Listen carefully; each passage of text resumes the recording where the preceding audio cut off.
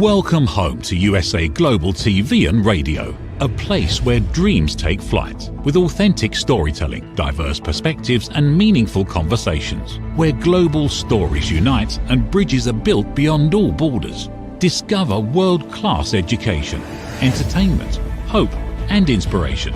Together, we're building bridges worldwide. Subscribe to our channel, USA Global TV. Download our app, USA Global TV.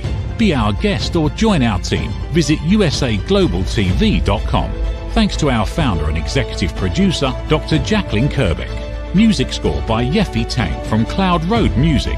Voiceover artist Mike Porter. Creative direction by Paul Garcia. USA Global TV and Radio. Your home for global connection. All rights reserved. This video and its contents are the exclusive property of USA Global TV and Radio. Unauthorized use, duplication or redistribution in any form is strictly prohibited. Get ready for Talking Heads, the show where expert insights meet world-class education, entertainment, hope, and inspiration. Brought to you by USA Global TV and Radio.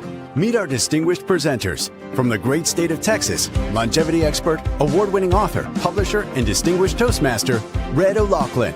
From London, England, soul heart awakener, novelist, vocal coach, and artist, Dr. Madeline Chan.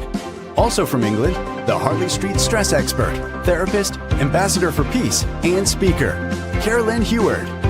And from Australia, ICF PCC credentialed coach, entrepreneur, and leadership coach, MARISKA Dupriya. Experience their expertise, connect with their wisdom, and transform your perspective. Watch Talking Heads on the USA Global TV and Radio Network. This video and its contents are the property of USA Global TV and Radio. All rights reserved. Terms and conditions apply. Visit usaglobaltv.com for more details. Hello and welcome to USA Global TV and Radio, where we provide world-class education, entertainment, hope and inspiration. Our show today is A Woman's Prerogative Part 2. I'm Caroline.heward and I'm known as the Harley Street Stress Expert.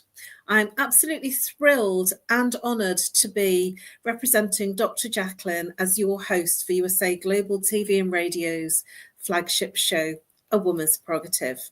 I'm a TV presenter for USA Global TV and Radio and the resident therapist for USA Global TV and Radio.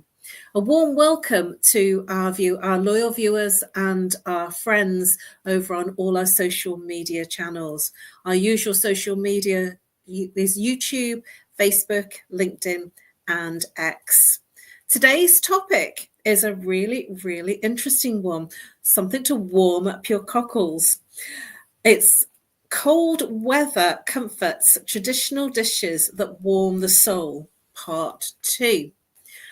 We had a really interesting and fun and diverse exploration in A Woman's Prerogative Part 1 on this topic. And I'm really looking forward to this exploration with our full-time panelist, MARISKA Dupriya.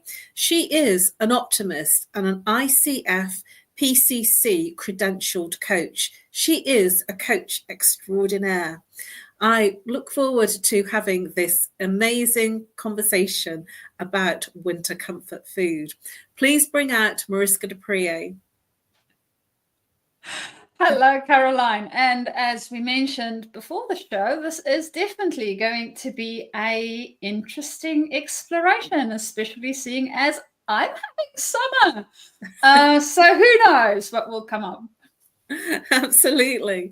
And just before the show, in the background, backstage, we were making reference to the fact that that MARISKA's in much warmer temperatures, and I was talking about the sub-zero temperatures that I'm living in the UK. So we jested a little, but this is something that is relevant for even Australia, because you do have cold weather. It's just not quite now. So please, MARISKA, do share with our viewers, especially if they're here for the first time, a little bit about what you do and how you help people.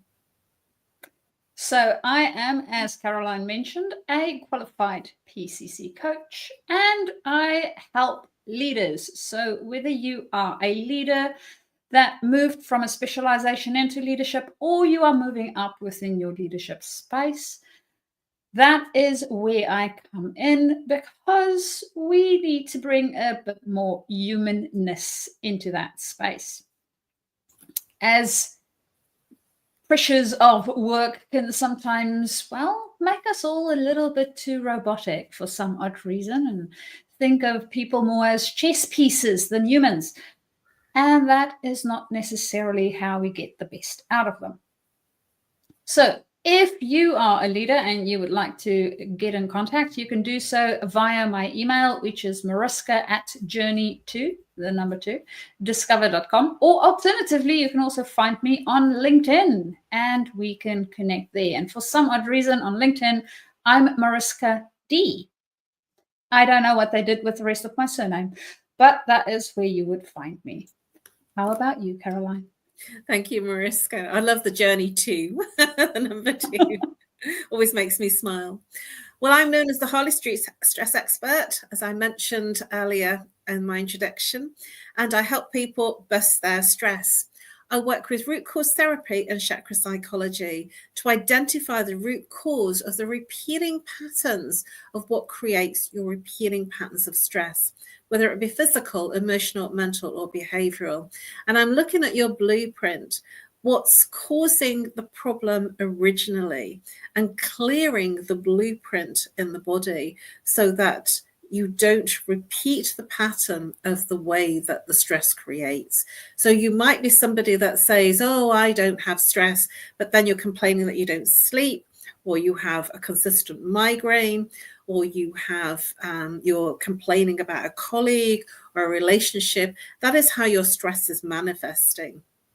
And I work with you to identify in a really simple process your repeating patterns and the root cause, so that it clears everything, so you don't keep repeating the pattern of the way that your stress manifests in your life. I also do lunch and learn training, speaking opportunities for companies where it's an educational slot in terms of educating teams online or face-to-face. And that's going really well. And that's something that I've introduced in the latter part of last year. And I'm going to take that forward this year. You can find me on LinkedIn. You can follow me on LinkedIn and also Facebook. My details, I think, right, they're just there coming up. Thank you very much, Heather, in the background doing the whizzy works. You can follow me there and also message me on those 2 platforms. And I now am going to dive into our wonderful topic today. Cold weather comforts, traditional dishes that warm the soul, part 2. But before we get really into it, I wanted to share with you that Canadians, so our full-time panelist is Canadian on part 1, we found a lot of similarities with the British and the Canadians. And we talked about different times of the day and when we ate. And one of the things that I shared was that I'm not a big breakfast person, and she was very much a big breakfast person. In light of that, the things that we were sharing, even though they were quite similar, we're actually quite different in different ways. So, Mariska, what is your favorite weather dish? And why does it hold a special place for you in terms of whether it's breakfast, lunch, or dinner? So what's your favorite heartwarming weather dish? Oh, Caroline. Yeah, I think I might have had to get my husband in for this show today. He has a whole list. My favorite weather dish, when thinking about cold weather, I love soup. Now, I can do soup in the morning or in the afternoon or in the evening. I do not care. I really, really enjoy a hearty soup. So for me, a hearty soup has loads of vegetables in it. Not necessarily potato, may or may not have potato in it. Definitely meat. Now, I am not opposed to eating meat. So I like meat in my soup and I like vegetables in my soup. And depending on what I feel like, there may or may not be cream in it. But yeah, I would say I would go for a good soup. Would definitely work for me. And the fun thing about soups is you can literally have such a big variety. They store really well. So if you don't have time to make them regularly, you can do them once a week and you can eat them throughout. So I'm a fan. What can I say? How about you, Caroline? Oh, I love it. I was feeling very warmed by your soup descriptions. I'm not a big meat eater, and I also am a lover of soup. And I'm a little bit the other end in terms of I like things like sweet potato soup and things like mushroom, cream of mushroom, and broccoli and Stilton soup. And so that they're a little bit more vegetable-y and a little bit more lighter. And, you know, it's tomato soup as well. You know, I quite like plant-based tomato soup. For me, as opposed to the fact that you can have soup anytime, for me, soup is either at lunchtime or in the evening, because it's for breakfast. I'm not very good in the mornings. And so if I'm lucky, I'll have a banana. And then by the time I get to lunchtime, I really want something warming. And I certainly had some soup this afternoon because it's very chilly here, sub-zero temperatures, and it really warmed me up. So I'm a little bit same and opposite in terms of a tasty soup being more vegetable based, but that's really by choice because I'm not a big meat eater. But my favorite dish in terms of warming myself is a vegetable soup. So we're pretty similar in terms of the fact that we will turn to a soup. So Mariska, are you surprised at how similar we are? The simplest and yet similar. Caroline, typically we have discovered that we have a tendency to think the same way about things. What can we say? Great minds and all that. Absolutely. So in thinking about traditions and thinking about winter, how it differs across cultures, because we're now looking at two very different cultures, the Australians and the British, and we have very different climates. So just thinking about the unique dishes from your background that represent warmth and comfort, can you think about any dishes that would be Australian based or from where you were brought up in terms of what's specific and different from the culture that you were brought up in? So, Caroline, let's see. First off, being from South Africa originally, we've had soups. Now, I think in all cultures you have soups of some shape or form. Then we also had a broth, which I think you still have in the UK, as far as I'm aware.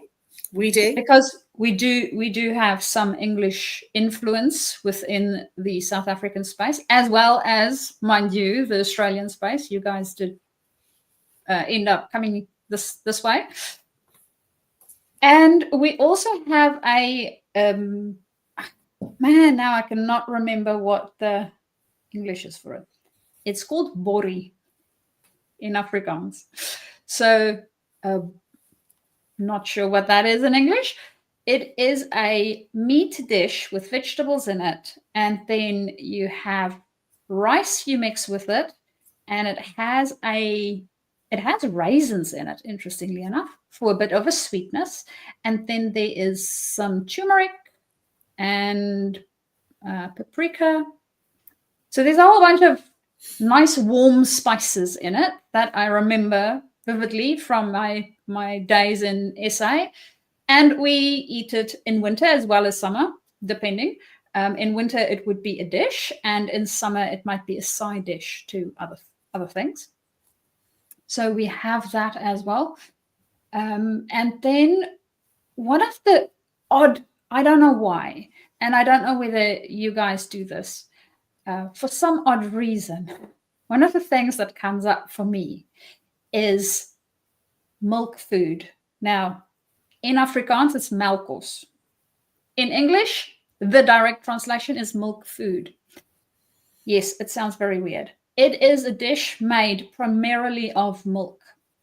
Typically almost the same way you would make a custard, but not quite, and it doesn't go yellow. In South Africa, there's a whole bunch of different things that you would add to it.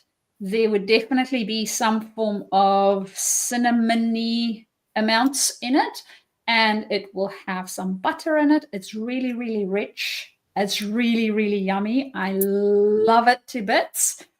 And it is a sweet dish. So it's not a savory dish. It's a sweet dish. You can eat it as a dish, or you can just eat it as a dessert. Either way, works well. Oh, I say, my lips are watering.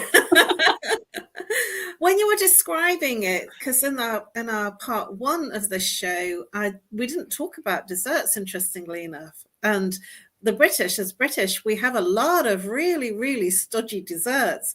And what you've just described sounds a little bit like our bread and butter pudding. We make it with old bread, and it's butter, and it's sultanas, and then there's a bit of cinnamon, and it's sort of it is yellow because it kind of creates a milk and eggs. It's like a custard thing, but that's something that we would have as a warming dessert, sort of, and we would call it pudding rather than dessert. And we have a whole range in the British tradition of puddings to warm you. And I'm just thinking about some of the ones now that I still like, the very old-fashioned ones. So bread and butter pudding, spotted dick is another one, which is... Has a suggestive name.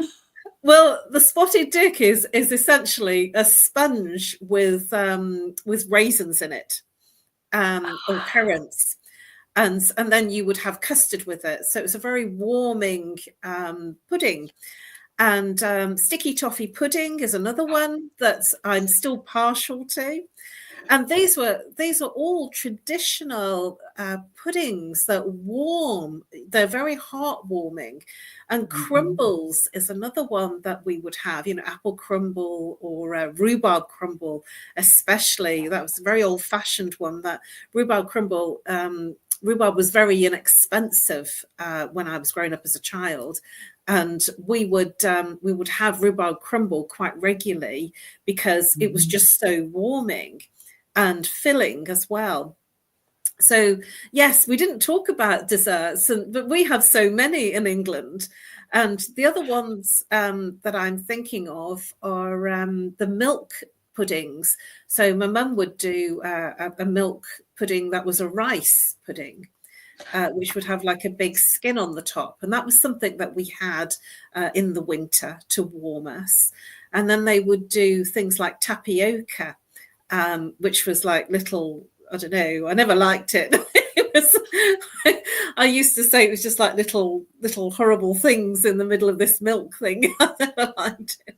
But these are very old traditional English desserts, puddings. We would call those kinds of desserts puddings. And always with custard, the crumbles and apple pie with custard. And because the custard was very yellow, it would be very warming. And, at school, we would have these huge jugs of custard, that we would pour onto whatever we had as a pudding. So what other kinds of puddings would you have? As you were mentioning the ones that you have, there's similar ones, or most probably abbreviations of the ones that you mentioned, Caroline. And then one other one that I'm a fan of and I cannot make. And I have no idea what it is called in English. It is sauce cloakies. So if I were to translate this directly, it would be sauce. I don't even know what a cloakie would be in English.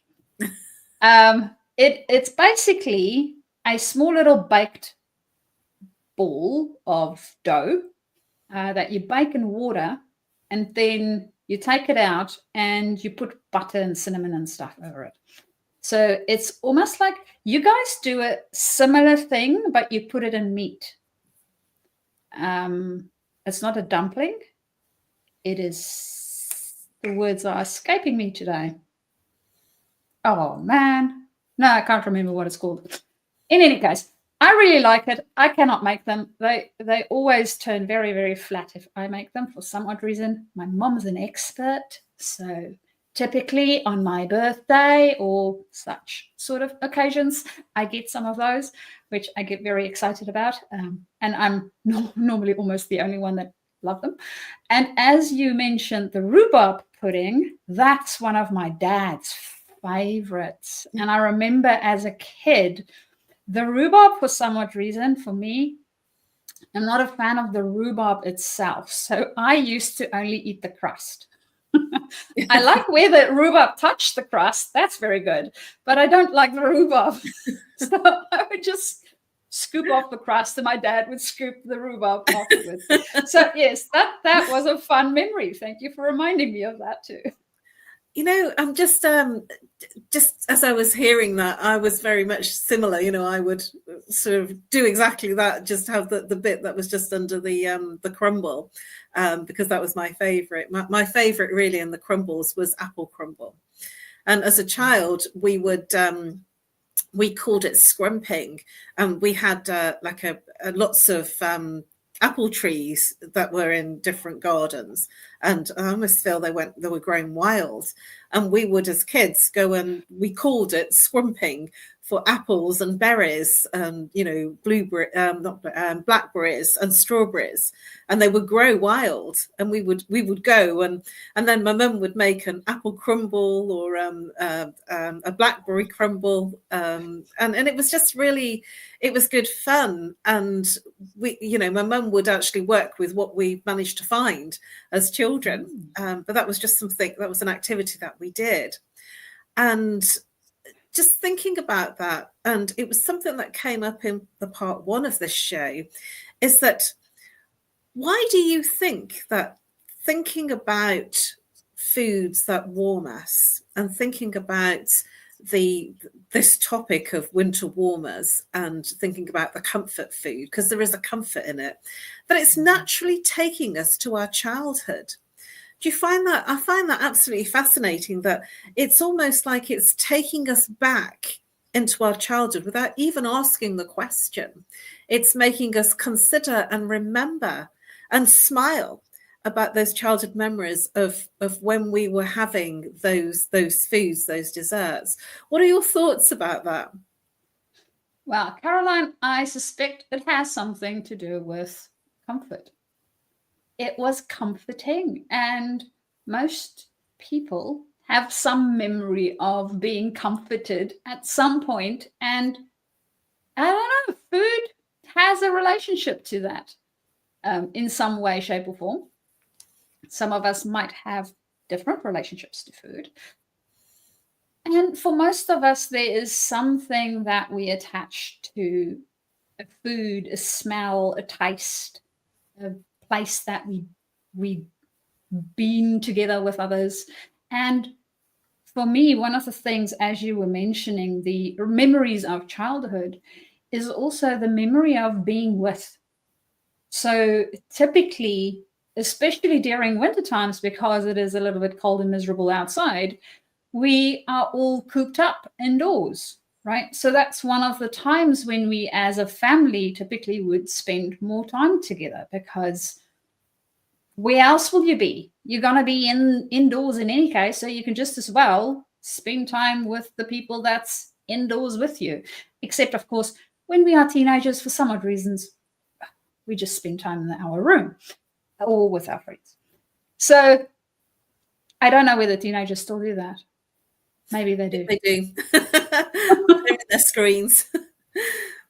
Yes. Well, one of the things that it reminded me, and it's something I didn't share in part one, is that I trained and qualified as a master baker and pastry chef and confectioner And when I left school, I was making a lot of these desserts the professional way. And so every week I would come, I would take a basket of ingredients, and I would come back with, sort of different things that I'd cooked. And I remember there was a family favorite of the pineapple upside down pudding.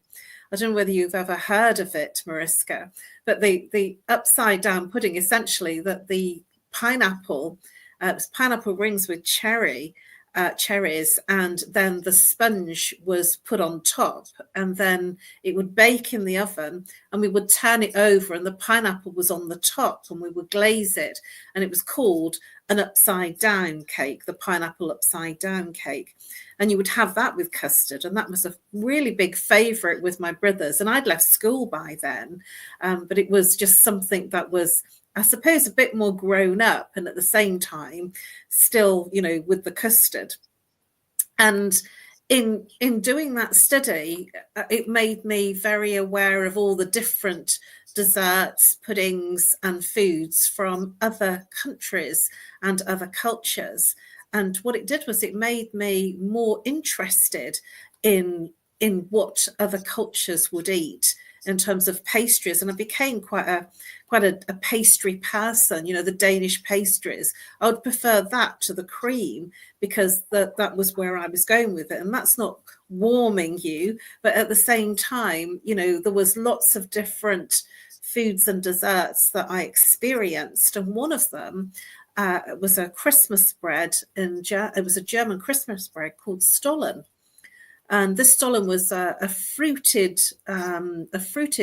bread dough, sort of a sweet fruited bread dough with all sorts of very heavy fruits. And in the middle of it, there was the white marzipan. And that was also very warming and very Christmassy. So around Christmas time, I know for you, especially now living in Australia, it's very warm. So maybe these don't resonate with you. But at Christmas time, we have what we would call a feast, and that would be, in the middle of the day rather than at the end of the day, so around lunchtime. And turkey is a very big British tradition.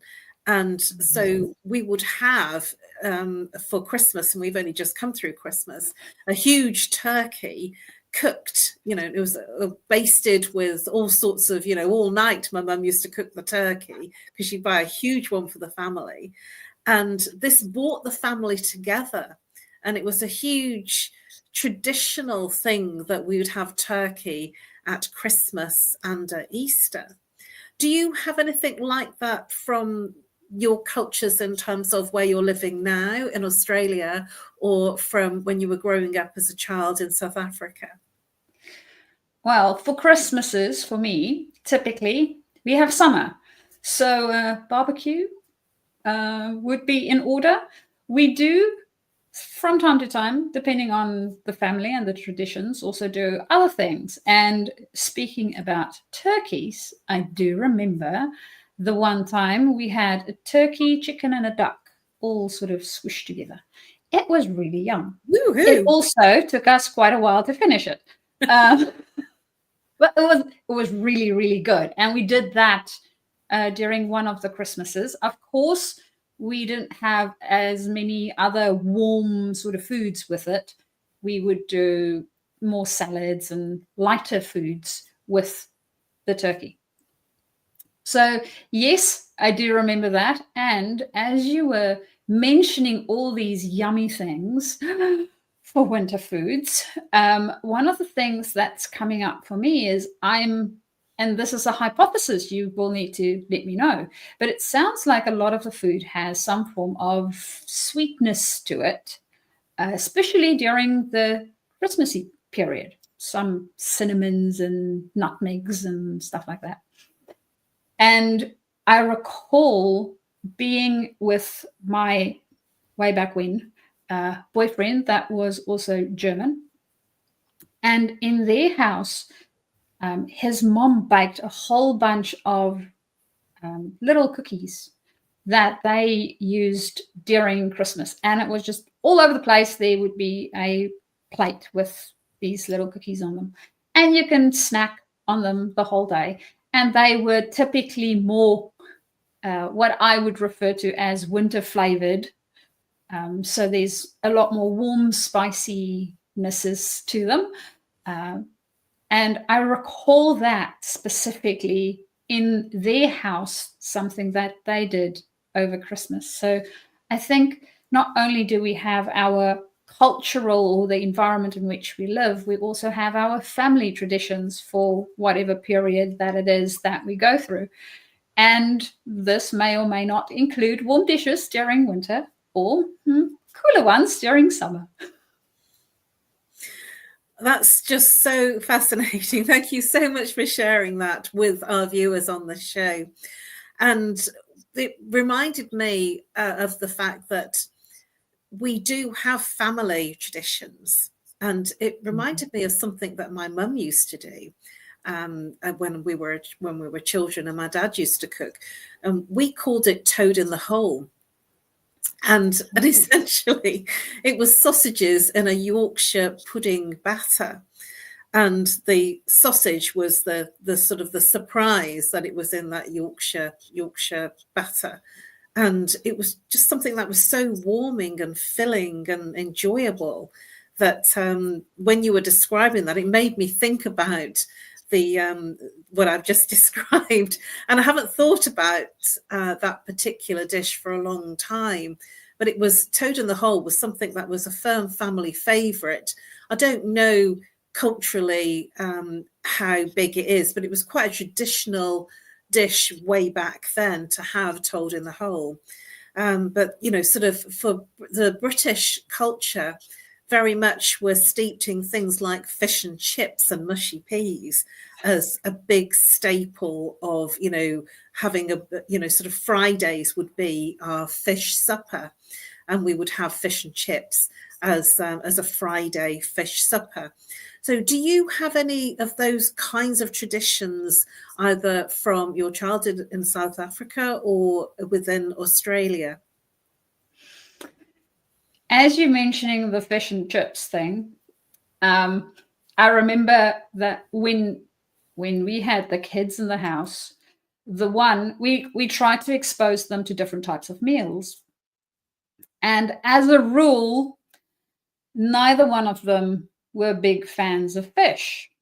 And fish is still healthy. We get a whole bunch of different vitamins and oils and stuff from our fishes. So I decided to make a Thursday a fish day. And this might be fish and chips. This might be fish in a salad. This might be a salady fish. Whatever it was, it will have fish in it. So we had a fishy Thursday, which I do remember having. And then one of the other dishes that we typically have in South Africa, I'm not sure whether there is a lot of other countries that do it, is we have maize meal, which we call pap.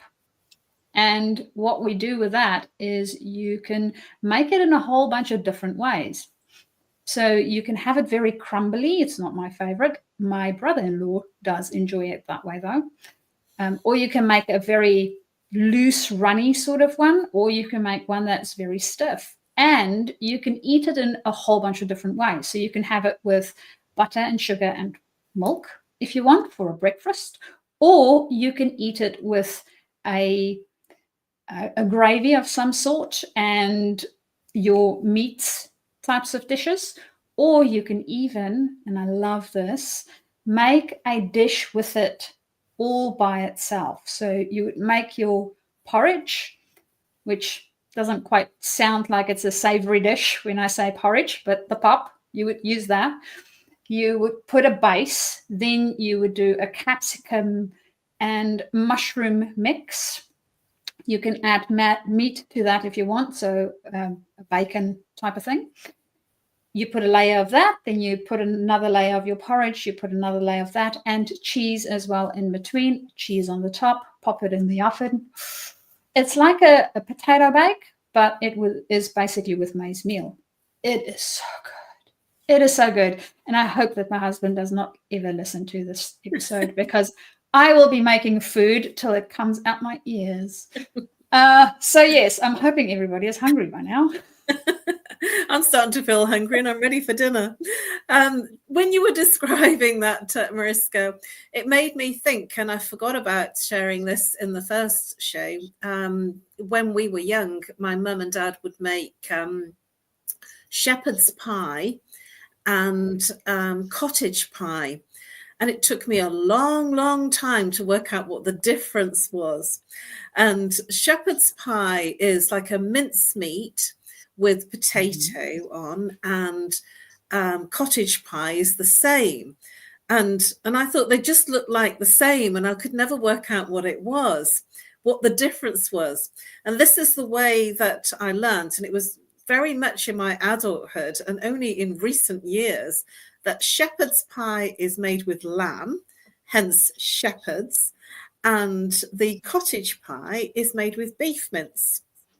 And I preferred shepherd's pie versus cottage pie. So I obviously preferred lamb when I was younger, and I didn't know what the difference was then. It was very much the mince in a big pot, in a big dish, with mashed potato on, baked in the oven. And it would be really delicious, very warming with vegetables, very, very hearty. But the thing that I'm hearing from both of us, the sharing here, is that these are very hearty and very comforting. And I wonder whether, and we are coming to the end of our show, can you believe it's gone very quickly, hasn't it? And I am feeling ready for my dinner tonight, which is none of the things that we've been talking about. That the heartiness and the comfort, you know, my feeling is it related to our emotions? What are your thoughts on the fact that it's comforting for the winter, bringing us warmth and comfort and feeding the soul almost? Because that's what we've been sharing. We've been smiling and talking about our memories and being really, really soulful in terms of what we've shared, you know, reminiscing back to our childhood. Does this, I feel it brings up a stirring of emotions from our childhood and an association of eating that particular food and how we feel. What are your thoughts on that, Mariska? And do you have anything to add? And has it brought up something in you that you hadn't thought about? Caroline, I do think that it has emotional attachments, definitely. And thinking about food, I mean, our body, technically speaking, is the bigger brain, so to speak, because it brings in all these different experiences and different ways of sensing and being. And of course, food will have an influence on it. It is not only the way we sustain ourselves physically, making sure we have enough energy. If we only eat to have the amount of energy that we need, and it tasted like cardboard, would you do it? Would you continue to do it?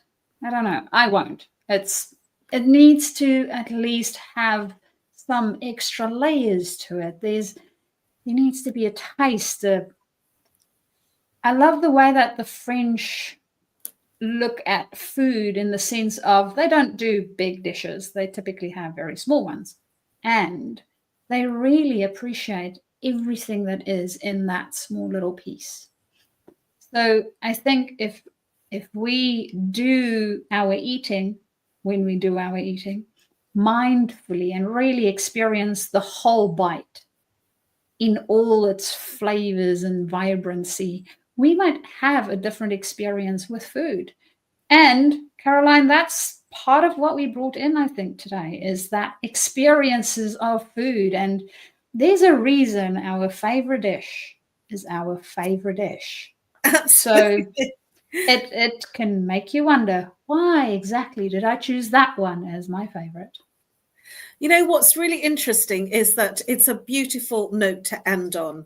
The fact that it brings up all sorts of sensory experiences of of who we are and what comforts us. And, you know, our topic was cold weather comforts, traditional dishes that warm the soul. This is part 2. And I reached down to get the topic so I could actually say it, so that I could remember exactly what it was. And we really have touched on a lot of comfort and warming the soul in this particular show. And I couldn't remember the exact words of the topic. So I reached down to get it to say, you know, well, yes, we really have covered it. And I'm very pleased with the way that we've covered it, because it really has warmed the soul. Thank you very much, Mariska, for an extraordinary and a wonderful exploration. Please do, because we are right at the back end of our show now, please do share with our viewers how they can reach you and the best way to contact you. So if you are a leader, either stepping into leadership or stepping up in your leadership space, you can contact me via email, which is mariska@journey2discover.com, or alternatively, reach out via LinkedIn, Mariska D. You will find me there with a picture and the scarf, actually. And I look forward to speaking to you soon. Thank you, Mariska. Always an amazing show. And for me, you can reach me on No More Stress at live.co.uk, or reach out and call if you're international, +44. If you're local, 07523 120 189. Or follow me on my social media profiles, LinkedIn and Facebook. Drop me a message there and I will respond. Please do feel free to allow me to help you bust your stress. There's no reason that you should suffer in silence. It's been an amazing show. I've really enjoyed the show tonight. I've enjoyed the exploration and learning a lot about how the South Africans have tasty food. I wished I'd have been born in South Africa for the tasty foods. It's been fun. I look forward to seeing you all next week on Monday. Mondays is our day for A Woman's Prerogative. For this show, part 2 of Woman's Prerogative is 4 p.m. Eastern Time, 9 p.m. Greenwich Mean Time. And for A Woman's Prerogative part 1, it's 2 p.m. Eastern Time and 7 p.m. Greenwich Mean Time. And I look forward to seeing you then. Just before we go, please do join our exclusive community and become an exclusive VIP community member. You'll have first access to our newest videos, photographs and insights on the British royal family, live streamed on YouTube and USA Global TV and Radio. Thanks very much, everybody, for joining us. We've had a blast. I hope that you have been inspired to cook warm and hearty meals for the soul. Bye-bye for now. In a world full of noise, misunderstandings, and interruptions, master the art of listening with Dr. Jacqueline Kerbeck. Dr. Jacqueline Kerbeck is the listening mentor of USA Global TV and Radio and the Amazon #1 best-selling author of Mastering the Power of Elevated Listening. Elevate your listening. Elevate your life.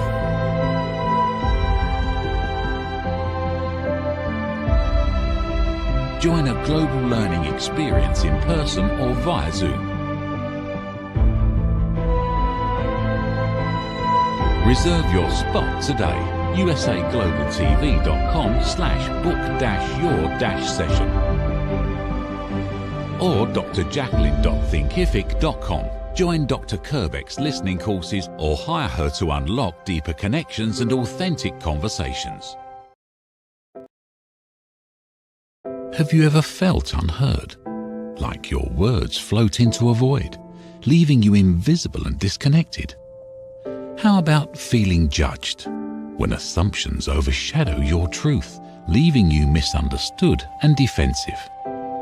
And then there's that moment when someone offers solutions you never asked for, dismissing your feelings and leaving you more frustrated than before.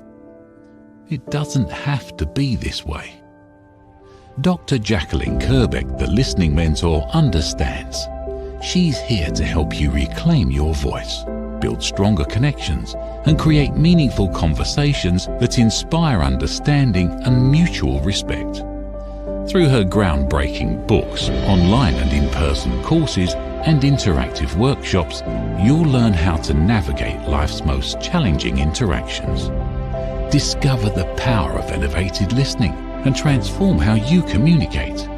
Master setting boundaries and asking permission to protect your peace.